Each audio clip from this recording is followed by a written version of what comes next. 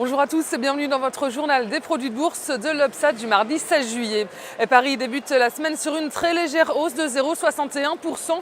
Le CAC 40 s'inscrit à 3878 points. Le retrait du AAA de la France par l'agence de notation Fitch n'a pas perturbé les investisseurs outre mesure et les volumes d'échange restent très faibles en ce début de semaine. Et le principal catalyseur à la hausse, c'est l'annonce d'une croissance chinoise conforme aux attentes en légère baisse sur le deuxième trimestre.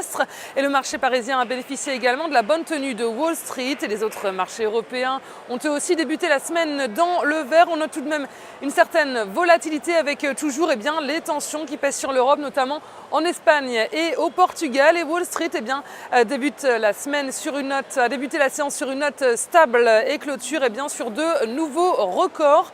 Et les investisseurs américains continuent de surfer sur une note optimiste. Ils étaient portés ce matin par le précédent record des indices américains vendredi dernier. Et les statistiques américaines du jour ressortent mitigées sans pour autant peser sur la tendance. On voit que les ventes au détail ont progressé sur le mois de juin, mais cela reste moins qu'attendu. C'est un nouveau signe de ralentissement de la croissance américaine. En revanche, la production de la région de New York augmente plus que prévu sur le mois de juillet. C'est un sentiment malgré tout positif et conforté par un chiffre sans surprise donc venu de la Chine avec une croissance chinoise, on le disait, qui ressort donc en très légère baisse sur le deuxième trimestre à 7,5%. Et les publications d'entreprises se poursuivent aux États-Unis après JP Morgan et Wells Fargo. Vendredi, c'était au tour de Citigroup de publier ses résultats d'entreprise hier.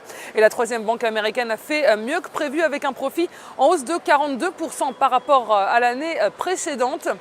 Et plusieurs poids lourds de la cote sont attendus aujourd'hui avec notamment Coca-Cola, Goldman Sachs, Johnson & Johnson ou encore Yahoo. Les investisseurs restent sur leur garde avant l'audition du patron de la Fed, Ben Bernanke, mercredi et jeudi. Et les volumes sont en baisse sur le marché des produits de bourse avec 13,6 millions d'euros échangés dans une séance de hausse. Et concernant la répartition par type de produit, les certificats sont à 76% des échanges, les warrants sont à 26%.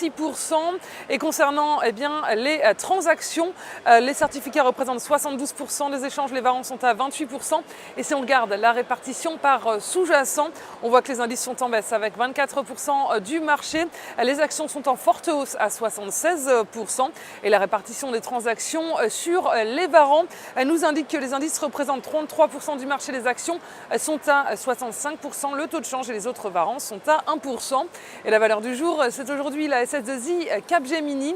Graphiquement, l'ouverture en trou de cotation haussier du 15 juillet permet au titre de s'affranchir de la résistance des 40 €. Il reste supporté par ses moyennes mobiles à 20 et 50 jours positivement orientés.